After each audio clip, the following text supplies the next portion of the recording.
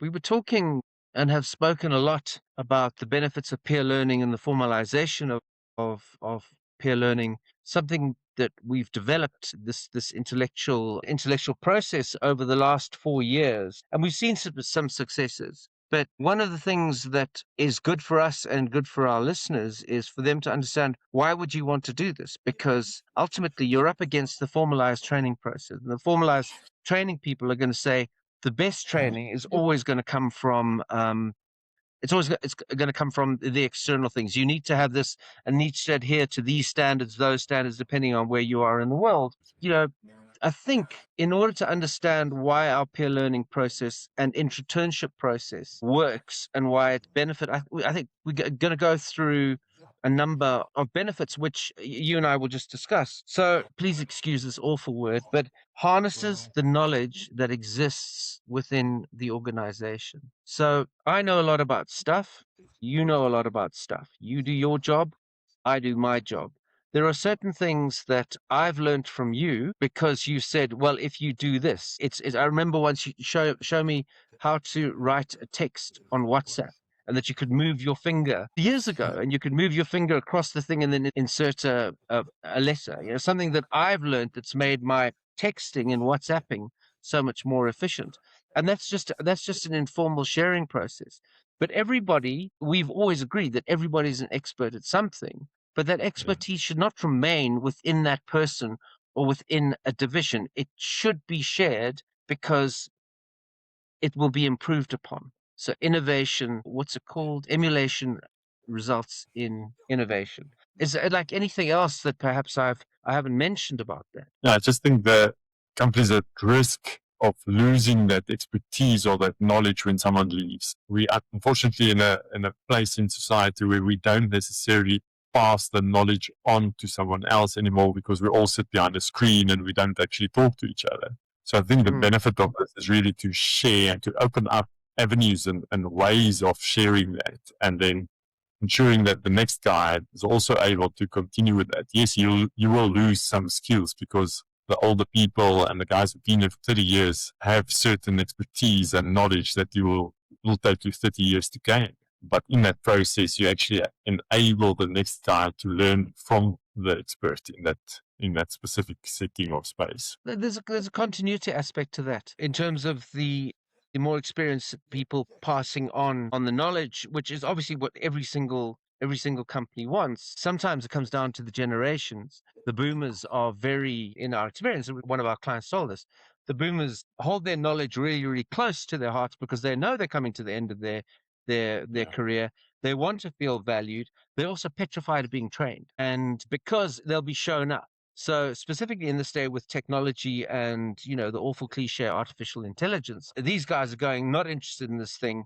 But if you put them in an internship session where they start talking to people, and this young Gen Z guy says, well, if you do this just by going onto your cell phone and ask that question, you may find that there's a different perspective, and the guy will go in a very non-threatening environment. And so the knowledge gets passed on. Everyone benefits from it mutually. But also think about the, let's say, really, really valuable skills like chartered accountants. And a chartered accountant, I don't know any chartered accountants personally, but I'm hazarding a guess here. Forgive me.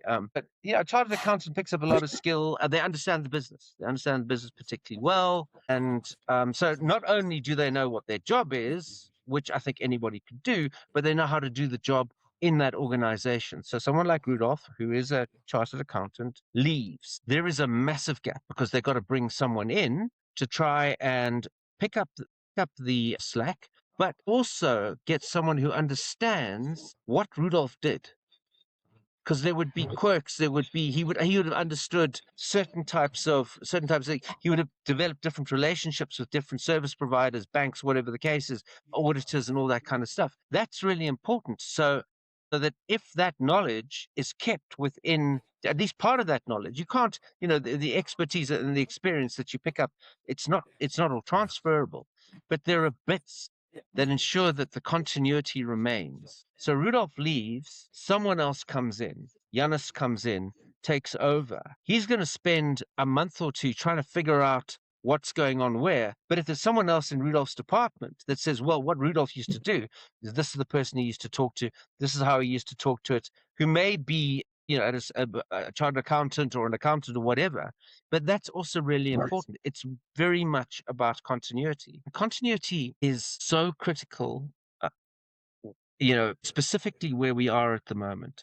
In a country like South Africa, where there's a chronic shortage of, there is a brain drain. I don't know, what it's like now versus what it was like, say, maybe 2 or 3 years ago. And we need to retain skills, and we need to make sure that provide the stakeholders and shareholders some form of comfort that should someone as critical as Rudolph leaves, that there is a stopgap, like the CEO leaves, and it'll take the CEO a year to come in, try and figure out how the company works, and then change everything.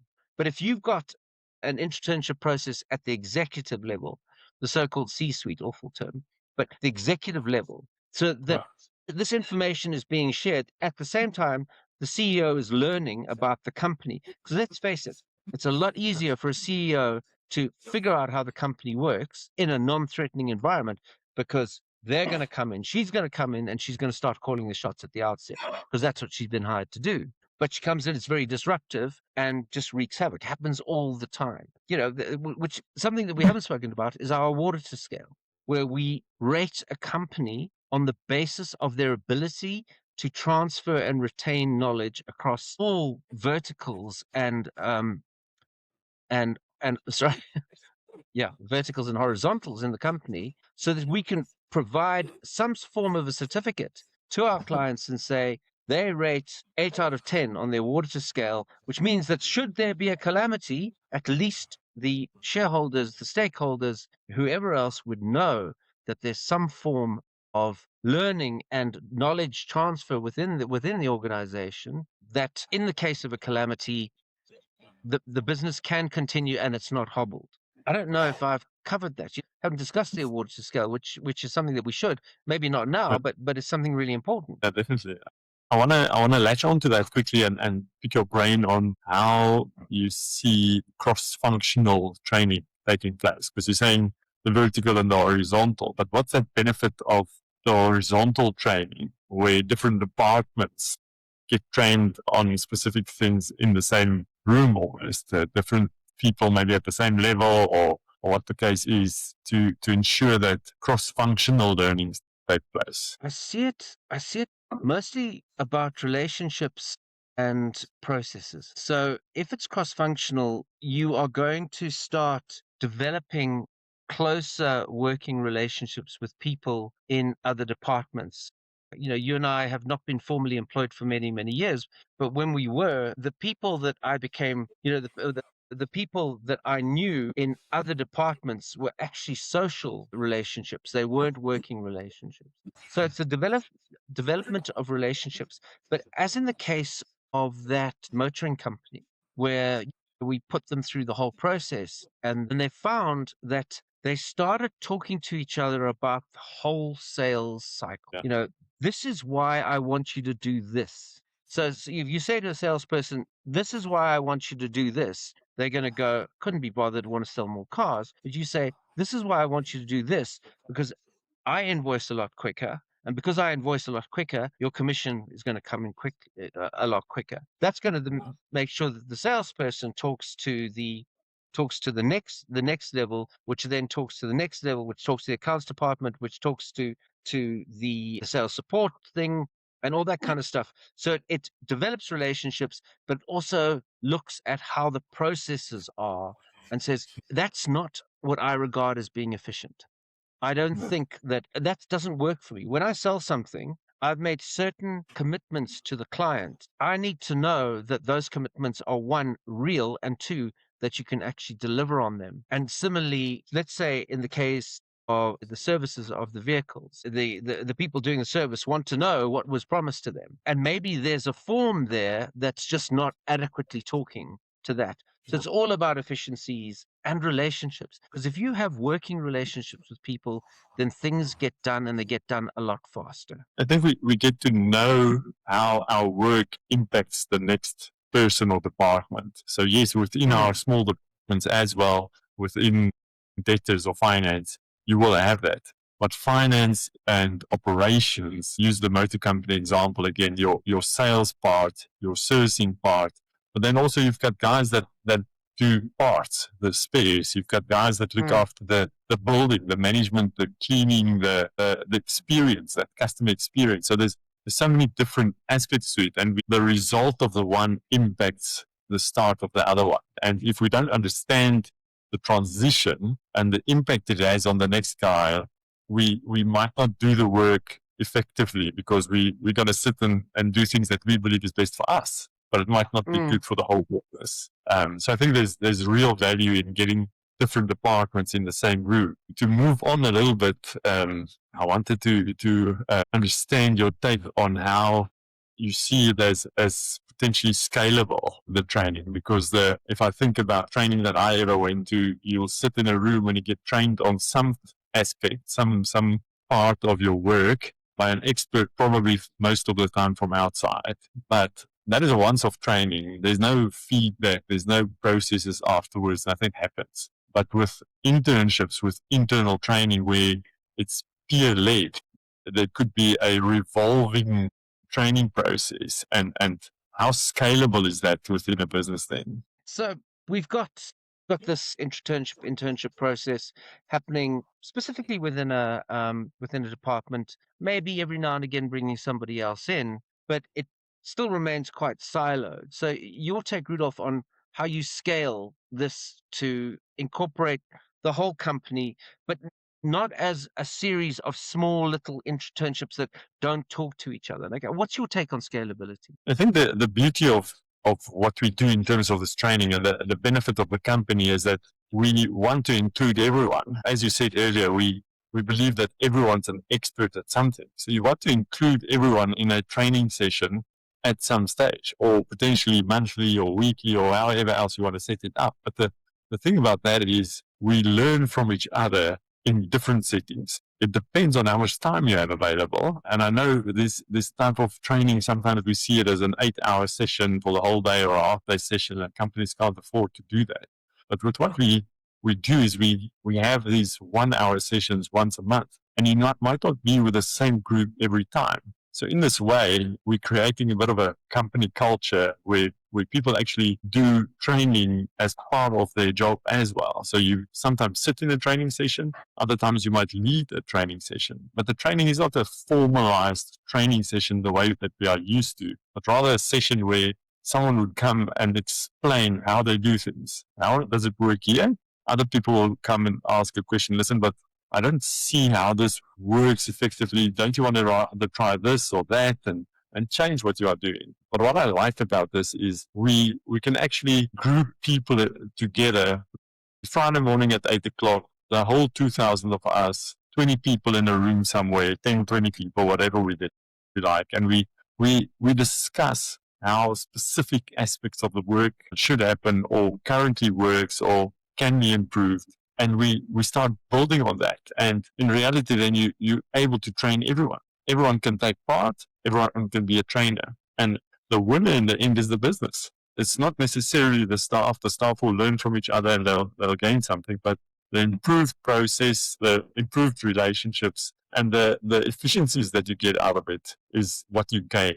But I think it's something that is a lot easier scalable in terms of moving from 10 people to 2,000 people than traditional training where to train 2,000 people, you have to put 15 in a room for 40 days. And you're going to train the same thing for 40 days, 50, 50, 50 at a time.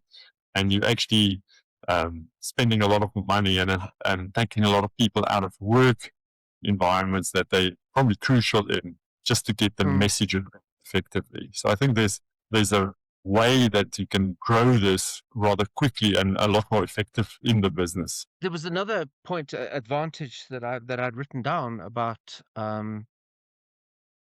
that process. So we know that it doesn't cost the company anything other than a little time. So Yeah. it's not it's not an 8-hour session. The other thing is that our process moves away as far as possible from a classroom type environment. This is an interactive session. This is about, the word sometimes people use as conversations. People having conversations with each other, and you end up in consultant speak when you start saying that. But they are conversations because they're open to receive. And a classroom environment doesn't matter what it is. People are sitting there and they're listening and they're waiting for an opportunity to ask a question. But they're asking a question for someone to explain something to him. What we're saying is ask a question to make a suggestion as to how this might work a little bit better. But on that, the some of the research that I've been doing for the book is asking the question is what do employees want? What do they look for in the job? And obviously, money is very, very important, but recognition and job satisfaction is equally important. I remember years ago where I was just desperately unhappy in the position that I was, and I resigned. And they said, "Well, we want you to stay. Do you want to be paid more?" I said, "No, I want to do something else because I don't like this. I should have taken the money." But and that's actually very, very important because a lot of people will go to their whatever it is superior boss and say, "I want to be paid more," but that's just a kind of like a disguised call for either I'm not stimulated, I'm not recognized, I don't feel valued. And this process, because everybody is an expert at something, everybody can train somebody on something. Like it's what we do. We train, we teach people. I've got a guard with a boom, and I've taught him that I'm going to go on the right hand side of the road when I come in there because it's easier for him and it's easier for me. And the gate opens quicker, and he doesn't have to move so fast. So we've trained each other. Now maybe he trained me to do that. But we've all trained each other. So it's the recognition that you're doing something that is slightly innovative, but also what about that person? You and I are relatively extroverted, but what about that person that doesn't want to do it, Yeah. but they have to do it because they're in an environment where they're not going to be judged because they're going to be recognized for that one thing that they know that they can do. So it builds up the confidence and the motivation within the organization at a fraction of a cost. You don't have to go on these really, really expensive team building exercises that just result in people getting very, very drunk and not functional the next day. Yeah. Well, that was they used to do in my day. But on That's that, very actually, I think that there's another aspect that I'd like to ask you about. Big software, hardware installations or change management things. Do you have an opinion on, companies come in and, Microsoft will say, they go to Microsoft and Microsoft, we're going to change everything. We're going to put this CRM system in and we're going to spend an absolute fortune and we're going to train your staff on how to use it. Do you have an opinion on how our system could handle that? Because the margin for error and the failure or the uptake of those systems is always terrible. I think to start off, people are always scared of change. I mean, you've got so many people training on change management or executing change management programs that there's definitely something psychological about it. And a lot of us straight through, we all rather hesitant when it comes to change. So that it is scary.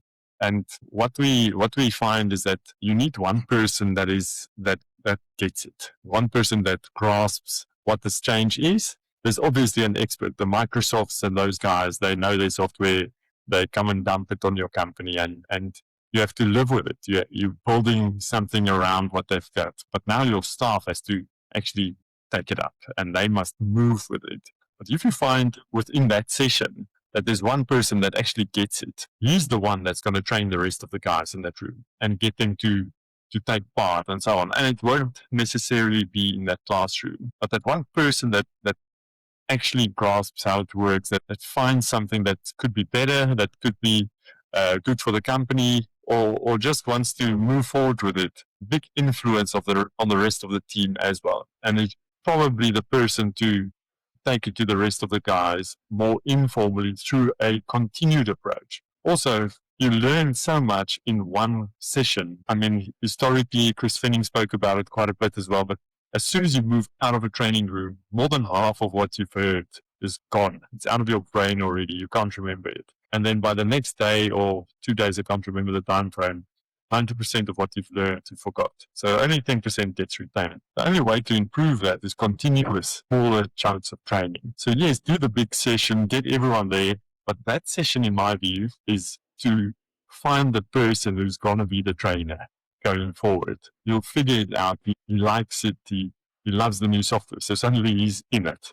He makes it his own. And then over a period of time, 6 months or whatever, do smaller sessions where people train each other and talk about what is the benefit of doing it this way. And we can keep the very cliche feedback loop going where we've learned something new, we're coming up with suggestions, and we can take it back to the original drawing board and say, listen, can we not maybe tweak this or change that and improve and get better efficiency in it? Because otherwise, the software that you're spending millions on sits idle, and you don't have uptake, and later they're just sitting in crisis because one person took it, maybe his own, but no one else knows what's going on. And if that one person then leaves, then you're screwed as well. So yeah, that's my take. So I don't know if you want to add something to that.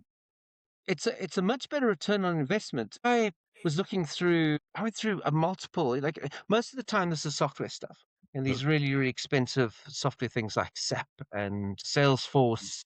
They're just so many. And every single one of them says it has to start at the top. And I think that's so intimidating. Yeah. If the boss says to his underling, who eventually gets down to me, saying, the big boss wants you to do this, you're going to go, well, if I don't, I could lose my job, but I don't know how to do this. It's far too intimidating. It's nothing that I knew, so I'll put it off. And this is just like, it just seems so obvious that you get people to talk to each other. And as you say, there's the guy, there's that guy. He's got it. He loves us. This is the best thing ever. And maybe his understanding of this thing is so far above the capabilities of everyone else around him. But that person might explain something to someone when they go, okay, no, I get that. Okay, I get that. And then someone else may get something else. And so in this building block, next thing you know, all these people are talking to each other in this environment where they're not feeling specifically threatened. They're always going to feel threatened. You can never get away from that. Like, oh, well, Rudolph's got it. And he's probably going to get a promotion, and I'm not. So, I'm going to do everything to ruin his career for whatever it is. But there's always going to be that problem. But the return on investment on those big things, our system can increase that return on investment with such a small investment in people. Because the next thing you know, Oracle has arrived with 20 people who are now going to come in and teach the people how to do this. These are people who work at Oracle. They understand the Oracle thing. They breathe Oracle air. They're coming to talk to you and me are going to go, what time's tea? It just seems so logical. And that meeting that we had in Cape Town with that company, where they were just so excited about this, rolling this out because of those software systems, of the fact that they were helping people training these things on, but they couldn't really go back to the client and say, well, we've now got some form of a guarantee, we can provide you some comfort that actually it's going to be adopted. All they could do is say, we trained 40 people and some of them wrote a quiz. Actually, let's talk about traditional methods of measuring the efficacy of training, like quizzes. Do you have an opinion? I always have an opinion. It's not always good, but I think that the bottom line is if you're going to do an assessment, the assessment is most probably always theoretical. It's theory that you see if someone can apply. Might be applicable to the workplace, probably not applicable to the workplace at all, because it's theory that suits the course bill. But then you have to go and market. You have to go and do a lot of work after the training, which takes people out of their job again, or you get an expert to do that and costs you much. I think the assessment's probably one of the more popular things, but it's also time consuming, expensive, and most of the time it goes with credits and so on. What I do like, and I think you can talk about it, is one of our clients that came up that said, listen, in the informal space, the only way to measure it is attendance. Yeah, well, actually, I think the same client said to us, we don't like quizzes because quizzes are generally or quizzes are generally handed out after the training. So it's what the people remember from the training. They remember it for the quiz.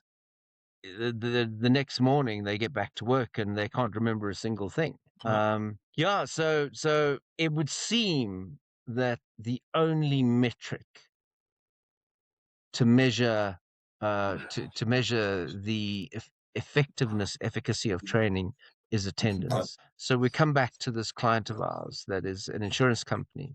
In order for every single client-facing person has to do 18 hours of CPD training. Every professional does it. You do it. Architects do it. In fact, my understanding of there's an architect friend of mine who lives in the UK, and all that happens is service providers and vendors come in and train them on their latest brick, and you get a and you get an hour of CPD points. We did some training a few years ago, and you handed out CPD certificates. Yeah. And attendance is it just means that you did the training. So Yeah. what we propose to the clients that they are now going to roll out is start discussions after the CPD training, because this client says they're in the insurance, they are a business to business insurance company. They are not as big as the biggest players in South Africa, international company, but they have positioned themselves by the CEO as a know-how company. They want to know that when they train their staff are going to be able to use this when it comes to servicing the clients, specifically because it's just so dynamic, the insurance thing, the insurance industry and the products and the calamities and global warming causes this, and they've got to be on top of this, coupled with the fact that you've got AI that's thrown into the mix. And our proposal was make that part of your intraternship process. I use that word a lot, and it's a good word because we invented it. Make post CPD training discussions part of what they've done, because it just means that what they've learned in the CPD session may have some application. And if someone has remembered something, then hopefully they'll be able to discuss it with someone else. So you're now moving yourself away from saying to your customers, yes, our company does CPD training. We need to do CPD training. We do all sorts of other training, but we've gone just a little bit further, and actually a hell of a lot further. It's not just a little bit, by ensuring that the people discuss what they've learned so that when they come and service you and you've got a very, very specific situation that you need to be insured for, that they can say, well, we know that that service provider has this product that they never really talk about it. They mentioned it in passing in that CPD session. And we think we can modify that product to make it you.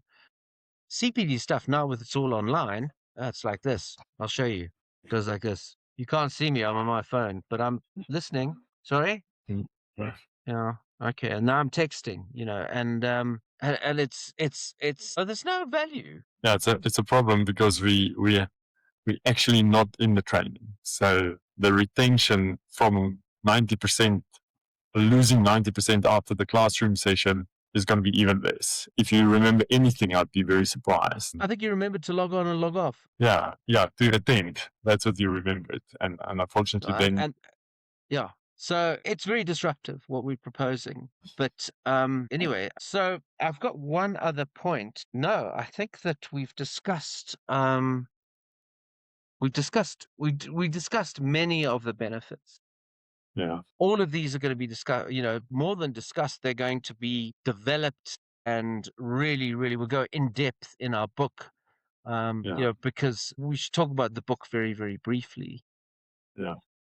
The book it started out as a 80-page, this is why you should do it. And we then did the stupid thing of interviewing our clients, gone so far as to interview professional coaches in football teams and cricket teams and things like that as well, on the benefits of peer learning and that kind of stuff.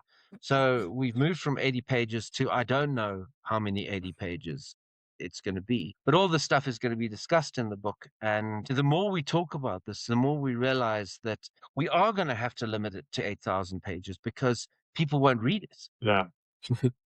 I think what is nice about this is we unpacking different benefits, but it's actually different processes as well. And it's so agile, it can move depending on the specific business. The core of it is the same. I mean, it's smaller groups talking to each other, training each other. We formalize what normally would be a water cooler chat or a coffee kitchen gossip room chat into a training session and enable people to spread that through the business. Get the CEOs, get the leaders of the business to take some of the efficiencies across the board to people who weren't in that specific room. But now it's not gossip anymore. It becomes training and becomes measurable and becomes something that you can track and implement further on.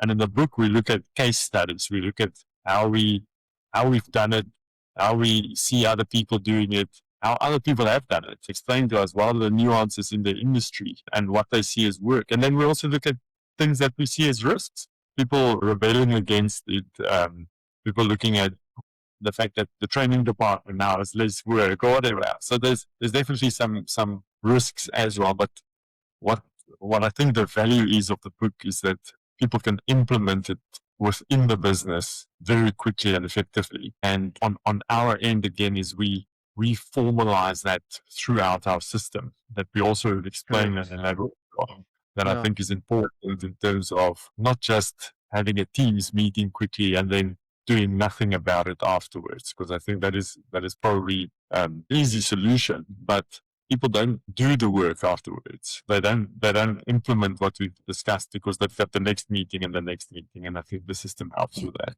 The system is really important because, Peter Drucker said it's late, I think I need to eat some food. But he said if you can't if you can't measure it, you can't manage it. I think that's actually just a kind of like an abbreviation of what he said. But this training process, there's one other benefit that the system is vital for, is that at the end of a 12-month cycle, each person gets a certificate, which is issued by the company and co-signed by ourselves because we've measured it on our system. That certificate will record how many sessions each person attended. It comes back to attendance. Okay. We do have methods to measure interactivity in an online case where we can, track the comments and record the comments. But that certificate is going to give you, everybody's going to get a certificate, and you're going to get a rating out of 12 if there were 12 sessions. If you went to all 12, you'll get 12 out of 12. If you went to 1, you'll get 1 out of 12. So the certificate then becomes useful, one, because the company can now empirically prove that they have trained their people. They've got something, they've handed this out, they've trained their people. So they can send it off to the bank and say, we want a loan and look how we're investing in our people. Good luck to that, but it'll come. But the other thing is that certificate is very, very important for the two other things. So let's talk about the staff member. It's important for the staff member because they can say, here's my experience. Someone says, have you got experience? And then you go through the series of very complicated interviews to determine whether you can do the job. But here you've got a certificate that says, I attended all these things. Here's the certificate. I am competent in this type of thing in this company. The company, as we saw with our insurance company, by issuing these certificates, they become recognized as let's call them Johnny. It's the Johnny standard in the insurance industry, that company is recognized as the experts, and they've set a standard that just makes them that much more competitive. But also when it comes to promotions, wage negotiations, if you have a particularly bad attitude by not attending your training, which again is not going to take much time out of the company or your work time. Let's face it, everybody will do anything not to work. That certificate, you go, well, actually, I think I should be paid more. And they look and they say, well, your application in the work is not that great. But okay, so maybe go off for another year and get better, and then we'll figure out a way of paying you more because we've got something measurable, something tangible. It's not what Justin the manager says about you. And the second thing is that it sits on the CV and it can be taken somewhere. You can use it, and why not use it? Why let the person use it as a marketing tool if they want to move on, because the company's trained their people. So if I want to move on, the company goes, all right, fine. Well, there, it's on your CV. Off you go. But I know that if Paul leaves, that Rudolph is going to pick up the slack, and then we'll find another Paul, and then Rudolph will train that Paul how to do Paul's job better than Paul ever could. Brilliant. I need It's so to simple. add something quickly. Within the process, we're not eliminating the experts. We bring in the experts in the internship process. They now and then you'll find a gap that you don't have the expertise inside, or you need this for things like ethics training. On my side, I've got CPD. It's a compulsory thing, 40 hours a year. I need to do 4 hours of ethics training. They want it from someone that is an expert in that field. So normally Psycho would go and present that. But in this case, you can bring in an ethics expert. He can come and talk to you, and then you take it and you break it down into smaller discussions over a 2 or 3 week period within the internship process. So it doesn't replace your experts where there's a core need for that, but you build that within the process and enable the people to still learn, but then to make it their own. And I think we discussed it on the software things and so on as well, but there's a role for the expert within the internship process. It's not just only peer-led. Peer-led makes it a lot easier, makes it relevant to your business. But in some instances, you need the expert. Get the expert, but make that expert part of the internship program. Yes. And another thing, because this is so disruptive, many formalized training companies might regard us as a threat, but we're not a threat. Our system is not a threat to formalized training. There, excuse me, there is always a need for external training providers to come into an organization. Always, there will always be. But what we can do is we can take that training that has happened and we can plug it into an internship model, and we can spread it a lot wider and try and increase the retention and the application levels of that training, which I'm not sure that anyone would even provide as not even a guarantee, as some form of comfort to their clients. No one else can do that. But we know the company can do that. We can't do that because we're not training providers. This is the most beautiful thing. We've worked with training providers. They've taken our system and they've said, this is fantastic, because they see it as a revenue stream. I've come in there, I've trained these people for 8 hours, and now I'm going to throw in this thing, kind of sort of manage it. They manage it through our system, but they are now providing extra guarantees to the company that this training is not a waste, is not going to waste anybody's time, and people are going to learn. It's just remarkable.